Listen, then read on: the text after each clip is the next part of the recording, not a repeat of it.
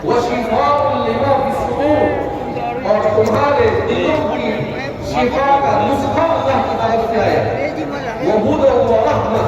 قرآن کریم میں خود اپنے بارے میں اللہ رب العزت نے قرآن کے بارے میں 4 اوصاف کو بیان کیا کہ اس قرآن کریم کو اس لیے بھیجا تاکہ اس کے پیغام کے ذریعے، اس کے موعظت اور نصیحت کے ذریعے ساری انسانیت کو صحیح راستہ دکھایا جائے، انسانوں کو زندگی جینے کا صحیح طریقہ سکھایا جائے۔ اس لیے کہ ایک ہے انسان اور دوسرے ہے انسان کے علاوہ وہ زمین پر اللہ کی بے شمار مخلوق ہے، ان دونوں میں بڑا فرق ہے، اس طور پر کہ انسان ایک مقصد عظیم کے ساتھ اس دنیا میں آیا، جبکہ انسان کے علاوہ جتنی بھی مخلوق ہے ان تمام کے تمام مخلوق کو اللہ نے انسان کے لیے بنایا۔ قرآن کریم میں اللہ خود فرماتے ہیں خلق لکم ما فی السماوات وما فی الارض، کہ اللہ نے تمہارے لیے بنایا جو کچھ آسمانوں اور زمین میں ہے۔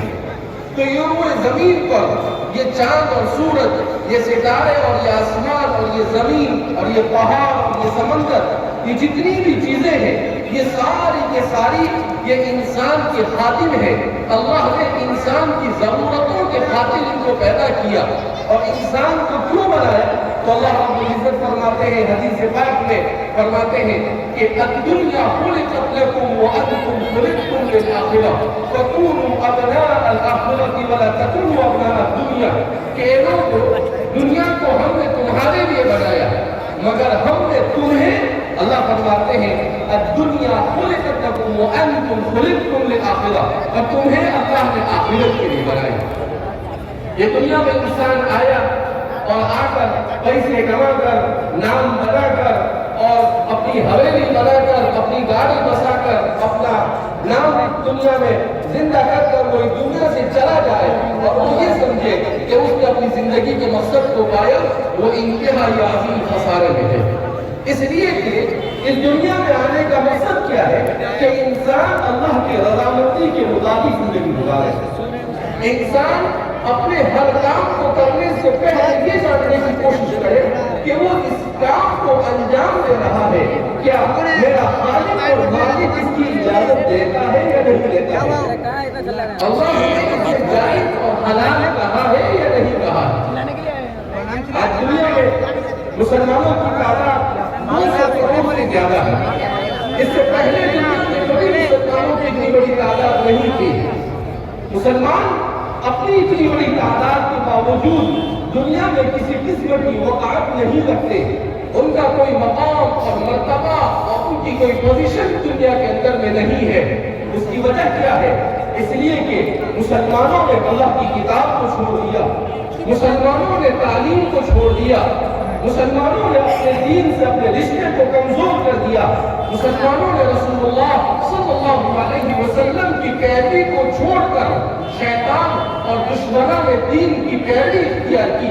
اگر وہ اپنے کپڑے غلط پہنتا ہے تو ہم نے بھی ان کی تقریب میں پہننا شروع کیا، جبکہ قرآن کریم میں اللہ فرماتے ہیں قل ان کنتم تحبون اللہ فاتبعونی یحببکم اللہ۔ قل آپ کہہ دیجئے محمد عربی صلی اللہ علیہ وسلم ان کنتم تحبون اللہ، اگر تم اللہ سے محبت کرتے ہو فاتبعونی تو میری پیروی کرو، یعنی رسول اللہ صلی اللہ علیہ وسلم کی زبان سے کہا جا رہا ہے کہ میری پیروی کرو یحببکم اللہ، اللہ تم سے محبت کرنے لگے گا۔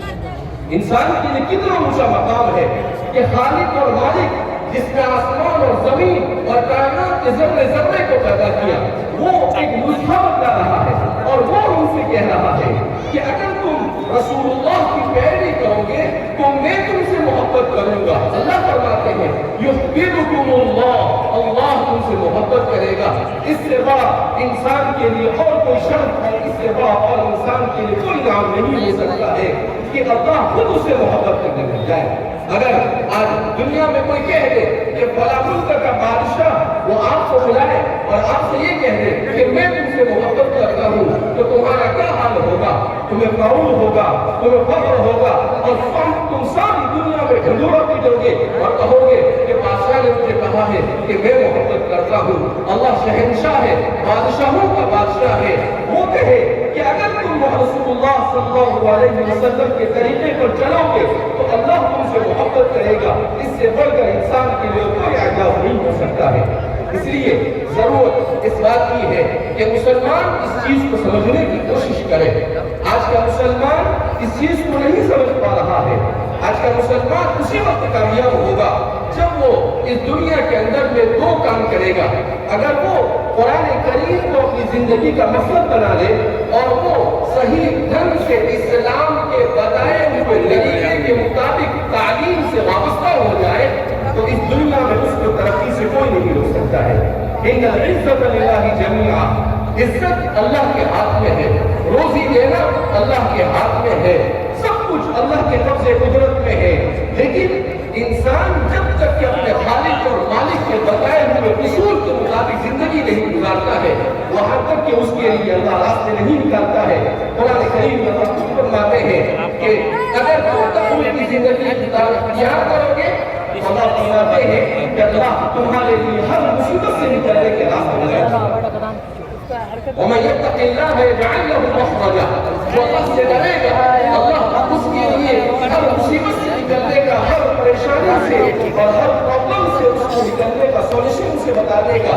اللہ رب العزت فرماتے ہیں مگر سب سے بڑا مسئلہ یہ ہے کہ ہم اپنی زندگی میں تقوی کو جگہ دینے کے لیے تیار نہیں۔ ہمارے پاس موبائل پر گھنٹوں اپنا وقت ضائع کرنے کے لیے وقت ہے مگر اللہ کی کتاب کا ایک سبق پڑھنے کے لیے ہمارے پاس وقت نہیں ہے۔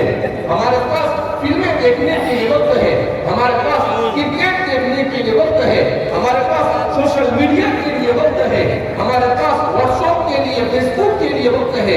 اگر وقت نہیں ہے تو اپنی ہمیشہ کی زندگی کو کامیاب بنانے کے لیے ہمارے پاس وقت نہیں ہے۔ کیوں نہیں ہے؟ ایسا نہیں ہے۔ جب انسان گناہوں میں اپنی زندگی گزارتا ہے تو اللہ اس سے توفیق کو چھین لیتا ہے۔ اللہ اسے توفیق نہیں دیتا ہے۔ اللہ جب توفیق دیتا ہے اس وقت توفیق دیتا ہے جب بندہ گناہوں سے بچتا ہے۔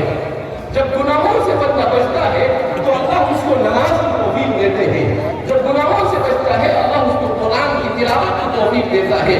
جب بندہ گناہوں سے بچتا ہے تو اللہ رب العزت اس کو نیک اخلاق اختیار کرنے کی توفیق دیتا ہے۔ لہذا اس بنا پر ہمیں فطروں کے اس دور میں اپنے آپ کو گناہوں سے دور رکھنے کی ضرورت ہے۔